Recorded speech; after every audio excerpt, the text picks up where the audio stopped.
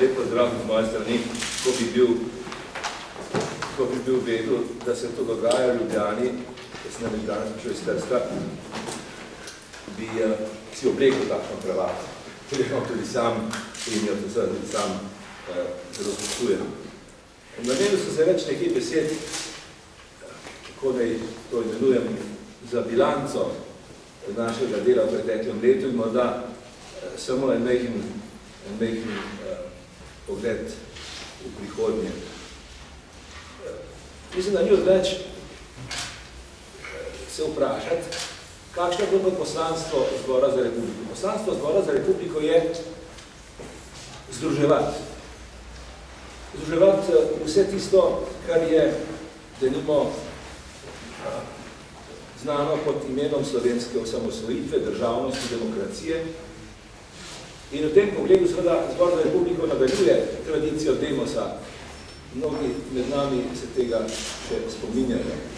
Po drugi strani pa seveda je Zbor za republiko neko središče intelektualne, če hočete, analitične razprave o aktualnih razmerah v državi, kadar le more Zbor za republiko opozarja na, kako ne rečem, vse bolj razširjeno zanemarjanje dejstev iz zgodovinskega spomina.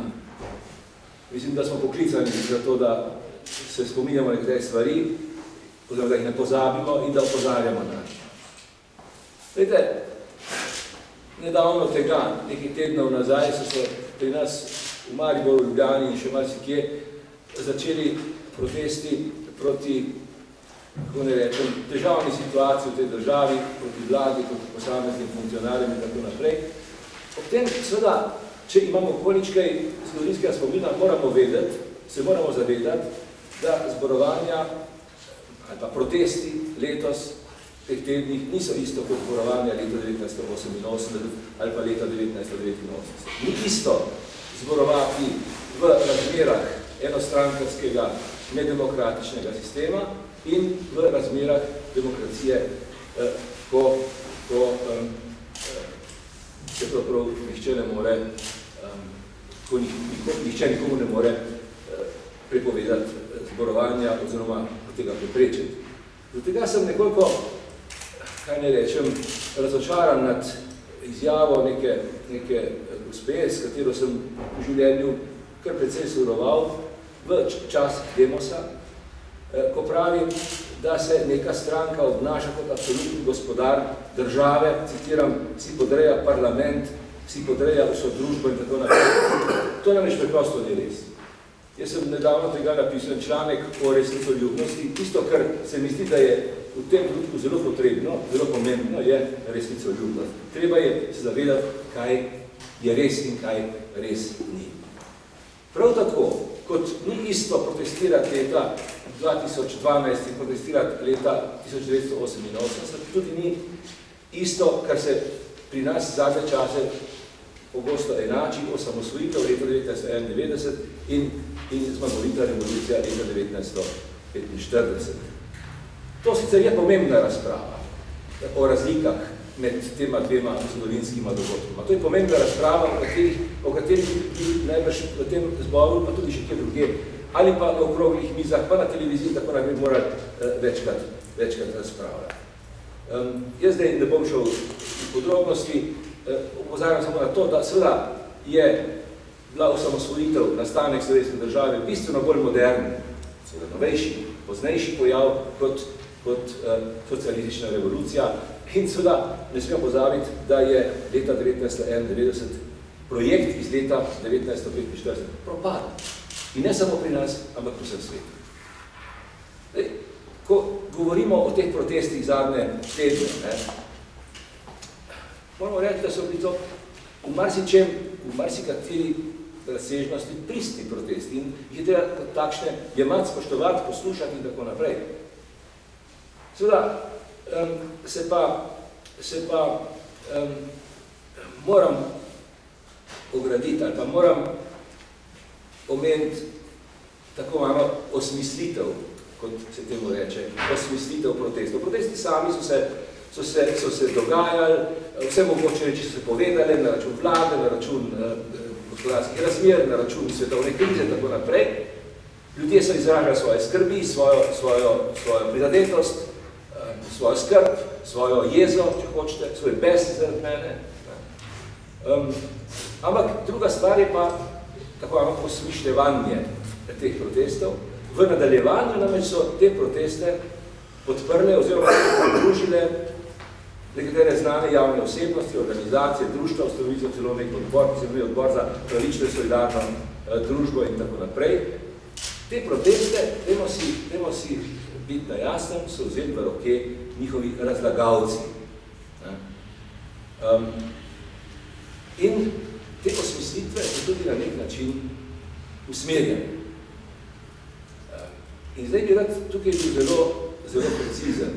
Izjave, nastopi, o katerih govorim, zavračajo slovensko državnost, seveda zavračajo politične elite, zavračajo stranke, prvake, zavračajo Evropsko unijo, bodimo pozorni na to.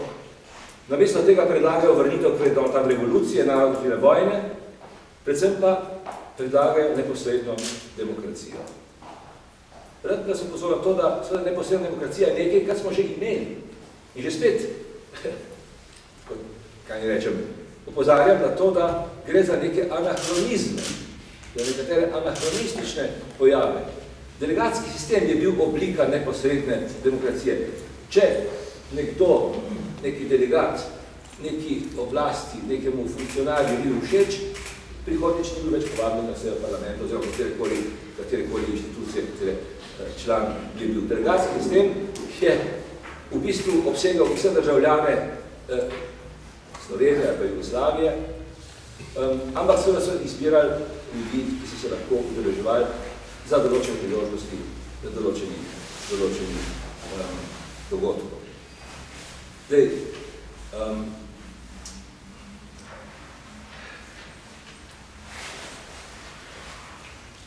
ne smem pozabiti še enkrat poudariti, da so opozorila, ki smo jih slišali v protestih, so seveda koristna.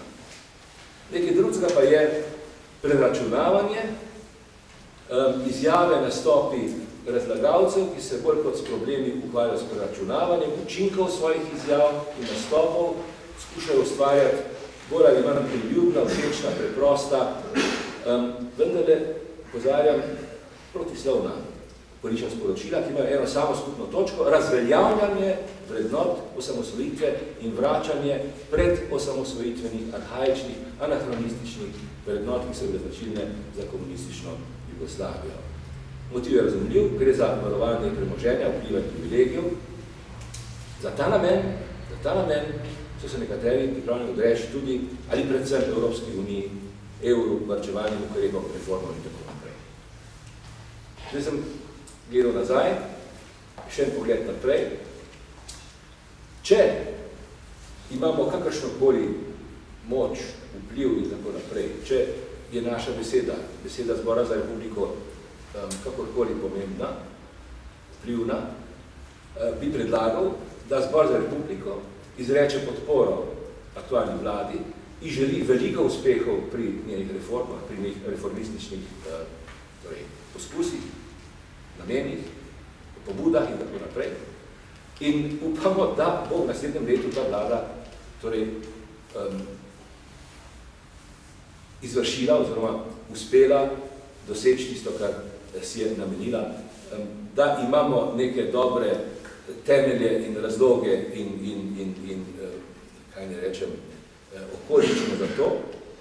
Pričajo dogodki zadnjih dni, mislim tu na izid predsedniških volitev, mislim tu na odločanje Ustavnega sodišča, mislim tu na spodletelo interpelacijo zoper ministra Gorenaka in tako naprej. Jaz mislim, da lahko gledamo relativno vedro v to prihodnost, da pa nasploh ne bo preprosto, da je vsakomur jasno. Toliko z moje strani.